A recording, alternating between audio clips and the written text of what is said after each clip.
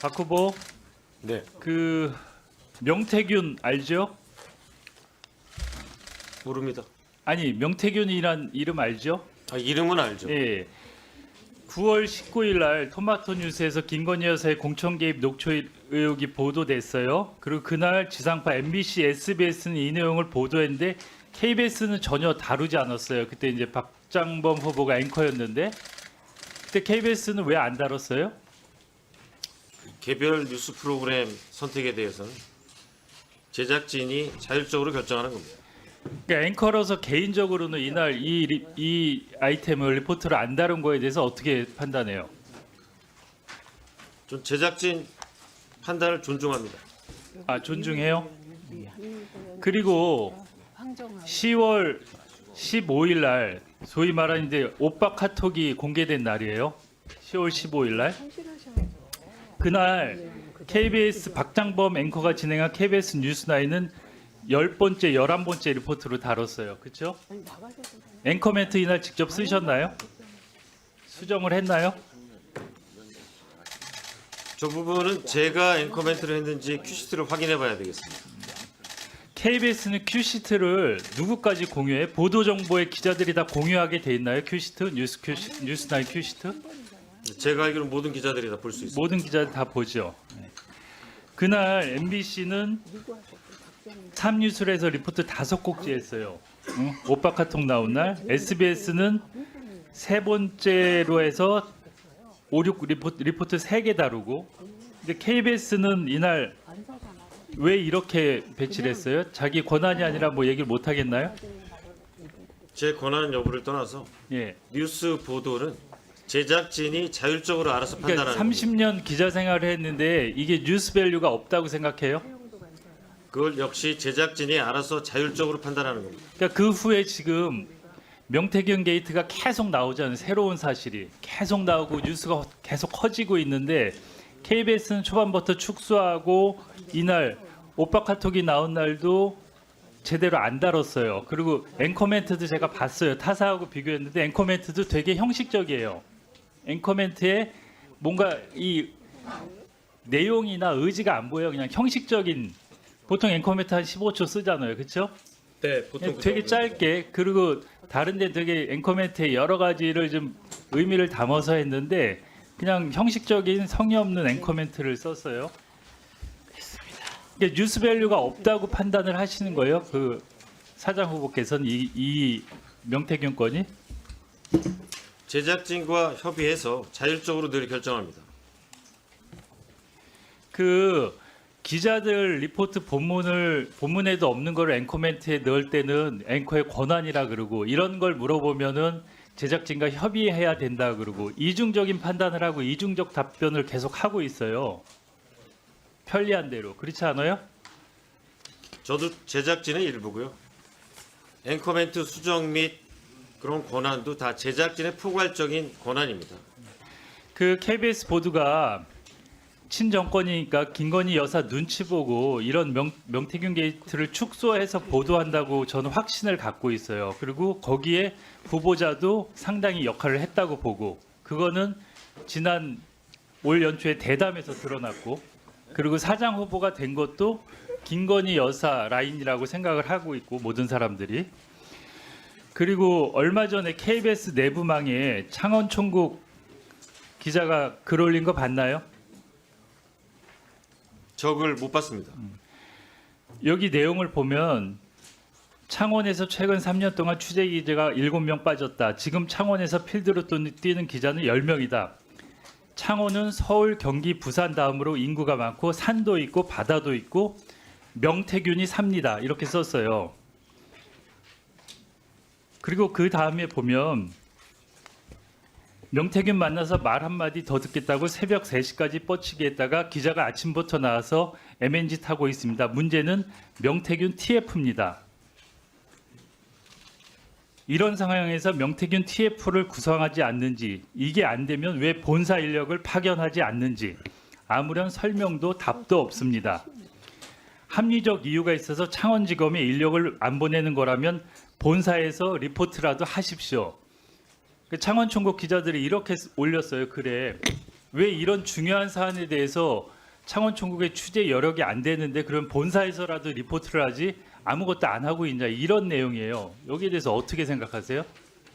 네, 저는 이제 위원님이 지금 띄워주셔서 오늘 봤지만 보신 것처럼 KBS는 저렇게 후배 기자, 현장에서 뛰는 기자의 목소리가 생생하게 매일매일 공유되고 소통되고 있습니다. 아니 공유되면 해결을 해야 될 거 아니에요. 그리고 이렇게 중요한 이슈인데 본사에 그 기자가 많은데 위에서 취재 지시를 안 하거나 못하게 하니까 하고 창원 총국에다 맡겨놨는데 거기는 저번에 여기 자료 보니까 7시 뉴스가 지역 집중해 갖고 7시 뉴스가 1시간인가 하죠. 지역마다 약간은 차이가 예. 있는데요. 대폭 거기 늘어났습니다. 그 리포트 메꾸느라고 아무것도 못하는 기자들한테 명태균을 하라 그랬. 그러니까 제대로 취재 보도를 안 하겠다는 거예요. 이 건은 KBS 입장에선 그 많은 인력이 있는데 본사에선 신경 안 쓰고 총국에 맡겨놓고 이 큰 이슈를 이게 맞다고 생각하세요? 아니, 동의하지 않습니다. 제가 볼 때는 총국에만 맡겨놓지 않았다고 생각합니다. 여기는 기자들이 그러면 본사에서 리포트라도 하십시오 이렇게 돼 있잖아요. 그리고 명태균 11월 방송 잡에 명태균 단독 보도 건수 볼게요. KBS는 한 건 했어요. 11월에. SBS는 12건. 명태균 단독 보도. MBC는 15건 했어요. 이게 제대로 보도를 한 거예요? 제작진이 잘 판단해서 결정했다고 생각하고 있습니다. 아니 지금 KBS 기수별 기자들이 문제 제기를 한 거는 박장범 후보에 대해서 편향성에 대해서 얘기를 한 거예요. 그리고 지금 이런 이슈가 있을 때 박장범 후보는 정권 편을 들고 김건희 여사 편을 들으라고 확신을 갖기 때문에 그렇게 하고 사퇴를 하라 그런 거예요. 얘기 좀 해보세요. 의원님 그렇게 생각하실 수는 있겠지만 저는 절대 동의하지 않습니다. 예. 사흘째 인사청문회 참석하고 계시는데 힘드십니까? 아니, 괜찮습니다. 괜찮으시죠? 기자 시절에 뭐 저나 후보자님이나 취재나 뉴스를 진행할 때 지켜보던 인사청문회가 많이 있었는데 좀 다른 것 같습니까? 어떻습니까? 그 자리에 앉으시니까 제가 취재할 때랑은 전혀 다릅니다. 전혀 다른 것 같습니까? 어떤 게 가장 큰 차이가 있는 것 같아요? 이제 위원님들 말씀을 계속 집중해서 또 들어야 되고 네, 대답도 잘 잘 해야 되는 거죠. 전혀 다른 네, 거죠. 대한민국을 대표하는 공영방송의 사장이 되겠다는 분이기 때문에 철저하게 검증을 받으셔야 되는 겁니다. 우리가 기사를 작성하거나 뉴스를 진행할 때에도 기사를 공급하는 사람의 입장이 아니라 기사를 수용하고 듣고 뉴스를 보는 시청자 입장에서 국민의 입장에서 취재하고 기사 작성하고 뉴스 진행해야 되는 거 아니겠습니까? 마찬가지라고 생각합니다. 이번 청문회도 국민들에게 철저하게 KBS 사장이 되겠다는 분의 자질과 능력을 보여주셔야 되는데 그렇지 못하기 때문에 이틀 동안 제대로 보여주시지 못했기 때문에 이렇게 사흘째 하는 겁니다. 근본적인 질문을 하나 드려보도록 하겠습니다. 30년 전에 기자가 되신 이유가 뭡니까? 어떤 사명, 뭐 시대 소명 이런 것들이 좀 있으셨습니까? 기자가 되려고 결정했을 때? 네네, 아마 이 존경하는 이 의원님과 비슷한 각오로 기자 생활을 시작하지 않았나 생각합니다. 네, 세상을 바꾸고 가난하고 힘들고 병들고 약한 사람들에게 힘이 되겠다, 힘이 되고 싶다라는 생각으로 저는 기자 생활을 시작했는데 박 후보자님도 마찬가지라고 저는 믿습니다. 그렇게 믿고 싶습니다. 그런데 현재 박 후보자를 평가하는 사람들의 이야기들을 들어보면 우리가 그렇게 꿈꿨던 언론인의 길을 과연 제대로 걸어왔을까? 그리고 지금 그런 모습일까라고 하는 의구심을 갖기에 충분합니다. 권력 앞에 진실을 외면하고 편파적인 앵커다라고 하는 이미지를 지을 수가 없습니다. 권력 앞에 고개 숙이고 언론의 사명을 잊지는 않았나라고 하는 질문들을 계속 받게 되는데 거기에 대해서 답변하실 시간을 좀 드려보도록 하겠습니다. 시간 주셔서 감사합니다. 네. 이 의원님도 기자와 앵커를 하셨기에 잘 아시겠지만 사실 겉에서 보면 앵커가 화려해 보일지 몰라도 방송이 끝나고 나가고 저희가 기사가 나가면 온갖 이 비난과 비평 고스란히 기자와 앵커에게 쏟아지지 않습니까? 네. 그 진영 논리 속에서 더 그런 현상은 심해진 것 같고요. 그것 또한 직업인으로서 숙명이라고 생각합니다. 네, 감수해야 되는 것이죠. 네. 그래서 어제도 제가 말씀드렸습니다만 파우치 박이라고 하는 별명을 얻게 된 박장범 후보자를 보면서 저는 참 씁쓸하기도 하고 안타까운 마음도 분명히 있습니다. 그리고 조금은 박 후보자가 억울할 수도 있겠다는 생각이 듭니다. 왜 그러느냐면 대한민국 공영방송을 완전히 장악해버린 윤석열 정권 대통령실이 박민 KBS와 철저하게 기획하고 조율하고 그리고 사후에 녹화 이후에 편집해서 방송한 것이 KBS 특별대담 대통령실을 가다라고 하는 프로그램이기 때문입니다. 박장범 후보자가 앵커로서 제 역할을 하지 못한 것도 분명히 비판받아야 마땅하고 그 책임자로서 함께 참여했기 때문에 책임의 그 무게가 결코 가볍지 않다고 생각합니다. 하지만 사전 녹화 대담으로 결정하고 이걸 좌지우지하기 위해서 또 대통령이 하고 싶은 말을 다 할 수 있도록 만들어버린 박민 KBS 그리고 대통령실 모두 정말 비난받아야 한다고 생각합니다. 포장하고 쉴드 쳐주는데 급급했던 거 아니겠습니까?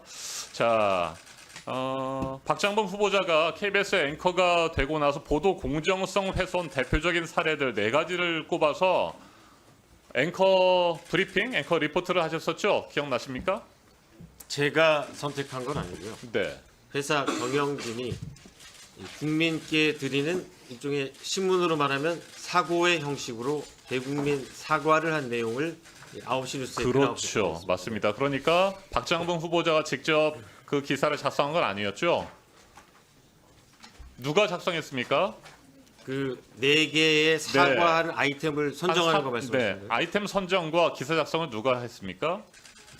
통상 이제 회사의 입장을 대변하는 형식의 사과문이 나올 네. 때는 경영진이 회의를 통해서 결정을 하죠. 나오는 걸로 알고 있습니다. 그런데 이제 보통 우리가 기사를 쓸 때는 보도 정보 시스템에 들어가서 기사를 작성하고 데스킹 과정을 거치게 됩니다. 누가 기사를 썼고 누가 데스킹을 했는지 정확하게 나오는데 당시에 앵커 브리핑의 경우에 누가 작성했는지도 불투명하고 전혀 알려지지 않았습니다. 그리고 그 기사가 그날 뉴스 구에 잡힌 그 경위에 대해서 사람들은 잘 모르고 있어요. 저녁 편집회의 때 갑자기 끼어들었다라고 하는 얘기들도 있는데 그렇지 않습니까?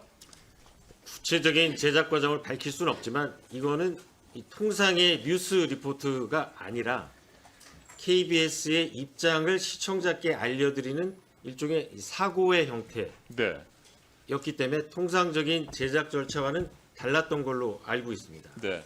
그래서 그 기사를 작성했던 4개의 기사의 기자들의 경우에는 본인들의 반론권도 확보되지 않은 상태에서 정말 무참하게 본인들이 기사 작성했던 것들에 대한 비판을 받게 됐다라고 얘기를 합니다. 그 문제가 있는 보도에 대해서는 사후에 뭐 정정을 하거나 사과를 할 수도 있겠습니다만 이미 4가지 그 기사 중에서 3건에 대해서는 KBS가 공식적으로 사과하고 해명했던 사안들 아니었습니까? 네, 뭐 그 다음 날 사과한 것도 있었고요. 네네. 좀 지나서 사과한 경우도 있었습니다. 그런데 그 4가지 기사가 편파적이었다고 보세요? 제가 뭐 개인적으로 답변할 입장은 아니고요. 회사 경영진이 판단해서 대국민 약속의 형태로 전달됐다는 것만 말씀드리겠습니다. 네. 그 편파의 기준이 뭐가 있을까요? 우리가 기사를 작성하거나 데스킹하거나 평가할 때? 네, 공정하다고 느끼는 게 서로 다르듯이 편파적이라고 느끼는 것도 서로 이 사람마다 다르다고 생각합니다. 네. 그런데 요즘 KBS를 보는 시청자들은 어떻게 생각하느냐면요. KBS가 현재 편파적이라고 판단하는 그 기준이 용산의 뜻에 따르지 않거나 용산을 공격하거나 용산을 지키지 않거나 이런 그 사람들이나 이런 기사들에 대해서 편파적이라고 하는 잣대를 들이댄다라고 얘기를 하고 있습니다. 이 점 명심하셔야 될 것 같습니다. 네, 감사합니다.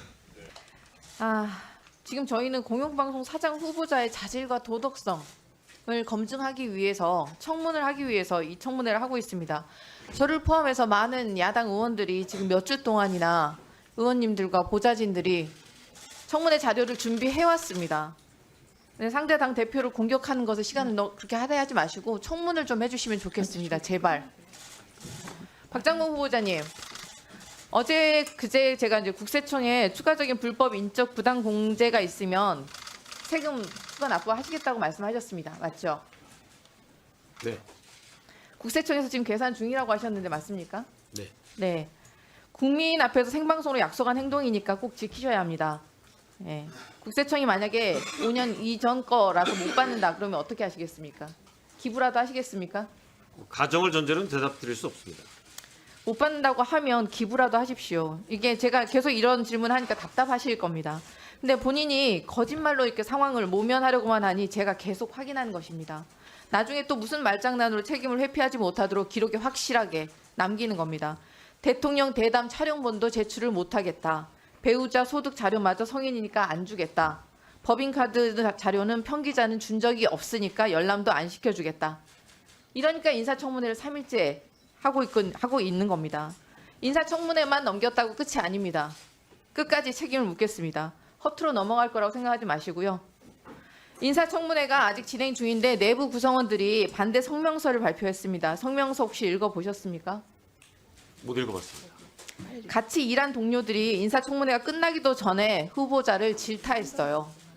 저는 이 정도면 본인 스스로 거취를 결정해야 된다고 봅니다. 국민들께서는 공영방송 KBS의 신뢰도를 쪼만한 놓고 갔다. 윤비 어천가로 처참히 무너뜨린 당사자가 사장 자리를 맡는 것을 보면 한편의 코미디를 보시는 듯 할 겁니다. 국민들께서 겉으로는 실소를 짓고 있으시겠지만 속은 분노에 타들어가실 겁니다. 후보자가 몸을 담은 KBS 구성원들의 의견이 고스란히 담겨있는 성명서 내용 제가 기록으로 남기겠습니다. 박정범 후보자에게 압으로 사장직을 보훈받았다라는 꼬리표는 절대 지워지지 않을 것입니다. 파우치 박장범은 여기 나와 있습니다. 성명서 내용이에요. 파우치 박장범은 뻔뻔한 태도로 일관했다. 디올백을 조그마한 백 파우치라 축소하고 명백히 받은 것을 누군가가 놓고 갔다. 며 김건희 여사를 정치공작 희생자라고 포장해놓고 의도가 없었다고 주장하는 게 말이 되는가? 이 답변에 수긍하는 국민이 얼마나 되겠는가? 그리고 부부싸움 하셨어요? 라는 발언과 관련해서는 국민 모두를 화나게 해놓고 무슨 재밌는 질문 운운하는 건가? 파우치 박장범은 전 국민 가운데 단 한 명만을 웃기기 위해 질문을 던진 것은 아닌가? 윤석열 대통령의 사과 위사를 묻는 질문을 했다고 주장하지만 위원들이 위증이라고 지적하자 착각했다며 말을 바꾸고 사과까지 하는 참극이 벌어졌다. 또 자신이 근무 시간에 주식 매매를 해놓고도 모른다고 잡아떼며 배우자 핑계를 대다가 차명 거래 의혹이 제기되자 그제서야 아내가 추천한 종목을 산 거라 말을 바꿨다. 공영방송 KBS를 어떻게 믿고 볼 수 있는 국민의 방송으로 되살리고 어떻게 국민들이 효능감을 느끼게 할지에 대해 깊은 고민이나 비전은 전혀 찾아볼 수 없었다. 이런 사람이 공영방송 사장 후보라는 게 참혹할 뿐이다. 파우치 박장범 당신이 공영방송을 운영할 자격이 있는가? 인사청문회를 시청하고 계시는 대다수 국민들과 결을 같이 하는 평가라고 생각하는데 여기 틀린 말이 있습니까? 민주노총 언론노조 KBS 본부의 성명 내용 잘 들었습니다. 일부의 의견일 뿐이다. 이렇게 치부하시는 겁니까 지금 또? 아니 일부라고 말씀드린 적 없습니다. 그러니까 노조의 의견이다. 아니, 있는 그대로 말씀드린 겁니다. 자기 객관화를 조금이라도 할 줄 아는 사람이라면 이러한 평가는 좀 조금이라도 인정해야 하지 않겠습니까? 역대 KBS 9시 뉴스 앵커 중에 흑역사로 기록되는 3대 앵커가 있습니다. 첫 번째 흑역사는 총선 부정선거 음모론을 제기하고 지난 총선에 가가호호 공명선거당이란 정당, 이름도 어려워, 비례대표로 출마한 민경욱 전 의원이 있었고 두 번째 언론인 회칼터러 발언으로 사회적 물을 일으켰던 황상무 전 수석이 있습니다. 현재 국민 부끄러운 줄도 모르고 KBS 자회사에서 프로그램을 진행 중입니다. 세 번째 흑역사 앵커는 누가 될까요? 동료 직원들에게 마저 기회주의자로 인식되고 임원 한번 해본 적 없는 사람이 사장으로 초고속 승진을 했습니다. 윤석열 대통령에게 가는 말이 고와야 KBS 사장 자리를 하사받는다 라는 말이 회자되고 있는 건 아십니까? 이번 기회에 사장 초고속 승진 취업 전략서를 한번 만들어 보면 어떨까 싶습니다. 게다가 박장범 후보가 지금 KBS 간판격 9시 뉴스를 맡으면서 KBS 보도가 급격하게 국민의 신뢰를 잃었습니다. 시청자 수 한번 볼까요? KBS 9시 뉴스 일평균 시청자 수가 168만 명 수준으로 전임 앵커 시기 247만여 명에 비해서 32%가 떨어집니다. 같은 시간 경쟁사 뉴스 시청자 수는 9% 오히려 증가하고 심지어 20대부터 50대까지 시청자 수는 반토막이 났습니다. 10월 MBC 뉴스데스크 수도권 가구 시청률 6.35%에서 6.14%인 KBS 뉴스9을 안정적으로 추월했죠. KBS 뉴스가 MBC에 밀리는 상황은 전임 미답의 상태 아닙니까? 이런 상황이 또 있었습니까? 본인 때문에 KBS가 지금 경쟁사의 시청률을 역전당했는데도 책임지는 자세를 보이지 않고 원래 떨어지던 것들 내가 다시 다 되돌려 놓았다? 참담한 인식을 보이고 있습니다. 이러니 구성원들이 분노하고 있는 것이 아닙니까? 박 후보자, KBS 구성원 18기부터 50기까지 선배, 동기, 후배 가리지 않고 후보자 사장 임명을 전부 반대하고 있습니다. 뼈아픈 대목은 박장봉 후보가 소속되어 있는 그 보도본부 495명의 필드 기자가 절대 거부 의사를 밝히고 있다는 것입니다. 한 식구들에게 이런 대접 받으시는데 어떤 기분 드십니까? 그들의 의견을 잘 경청하겠습니다. 18기부터 50기까지 임명 반대 릴레이 설명서 발표했는데 그 성명서 꼼꼼히 읽어보셨나요? 네, 잘 읽었습니다. 그들의 성명서들 한마디로 요약하면 KBS 뉴스 앵커로서도 결격인 사람이 KBS를 이끄는 리더가 되는 것은 더욱 부적절하다입니다. KBS 근무기간 30년인데 이렇게 식구들한테도 인정 못 받는 사람이 어떻게 사장을 하겠다고 나섭니까? 박장원 기자는 무료 진단 라이브로 복귀하는 게 맞습니다. 영상 먼저 보시겠습니다. 이 사안을 정치 공작이라고 부르면서 김건희 여사가 정치 공작의 희생자가 됐다라고 얘기를 하거든요. 동의하십니까? 시계에다가 이런 몰카까지 들고 와서 이런 걸 했기 때문에 공작이죠. 그리고 또 선거를 앞둔 네, 시점에 박 앵커의 일련의 고개를 시간에서 끄덕거리고 있는 모습에 이런 주목해서 터뜨리는 것 보게 자체가 됩니다. 정치 공작이라고 봐야죠. 우리 어제 박정훈 의원님께서 이 질문에 문제가 있음을 아주 적확하게 지적을 하셨고 거기에 대한 답변을 하는 과정에서 야당에 대한 질문도 했다 이렇게 해서 이제 거짓말까지 드러나게 됐는데 앵커가 한쪽의 입장을 대리해서 물어볼 수 있죠. 그런데 답변할 때 고개를 끄덕이면 됩니까 안 됩니까? 안 되는 걸로 알고 계실 거예요. 모를 리가 없습니다. 왜? 공감의 표현이기 때문에 어떤 일방의 입장을 들을 때는 고개를 끄덕이면 안 된다는 것을 박장범 후보도 알고 저도 알고 우리 박정훈 의원님도 다 아십니다. 자, 백보양보해서 그랬다고 칩시다. 그 다음 질문에서 균형을 잡을 수 있나? 근데 본인이 그러셨잖아요. 안 했다고. 야당 입장을 안 물었다고. 자, 이런 상황을 종합해서 지금 생각은 어떠십니까? 이날의 진행에 편향성이 없었다고 보나요? 이 질문과 답변 이 과정으로 특정해서 여쭤볼게요. 간단하게 답해 주세요.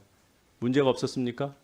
제가 고개를 끄덕인 거는 통상 대담을 할 때 종합해서 말씀해 주세요. 수긍해서 고개를 끄덕인 건 아닙니다. 위원님들 말씀하실 때 야당 습관적으로- 입장 질문 안 한 건 잘하신 건가요?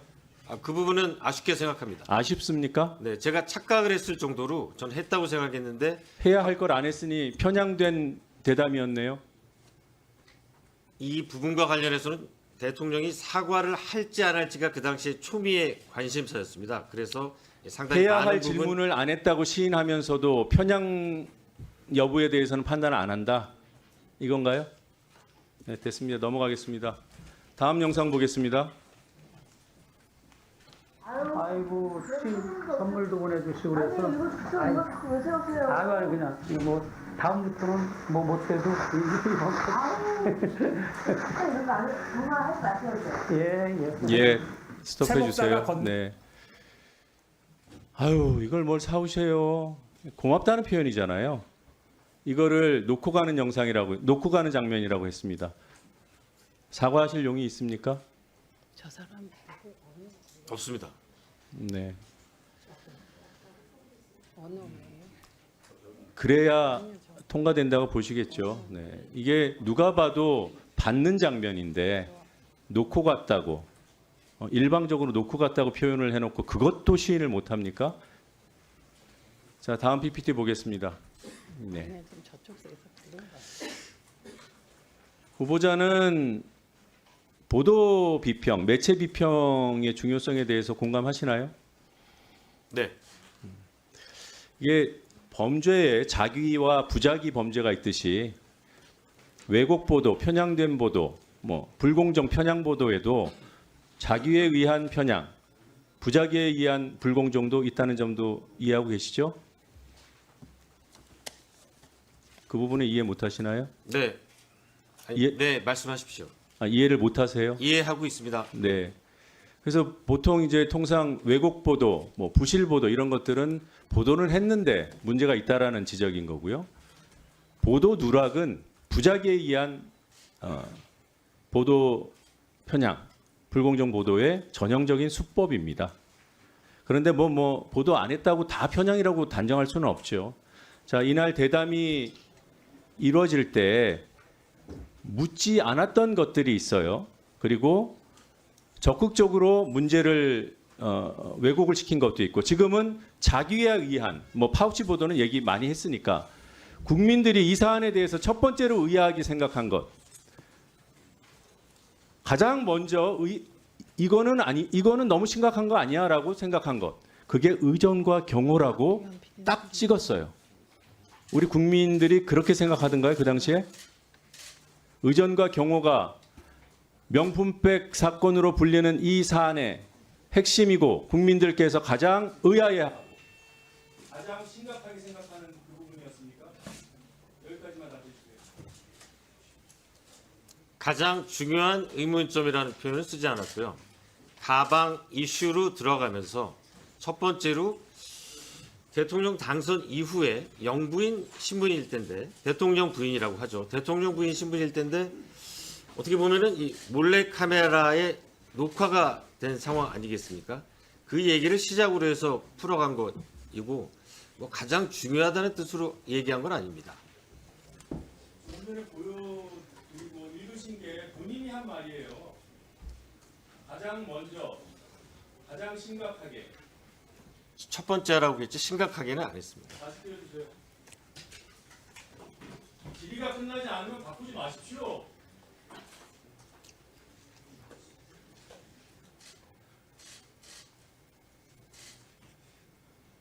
첫 번째 의아한 점, 심각한 거 아니냐는 생각을 가장 먼저 안 하셨어요, 이런 말은? 네, 첫 번째 의아한 점이라고는 말씀을 드렸고요. 가장 먼저도 안 하셨어요? 가장 먼저 했다고 말씀드렸습니다.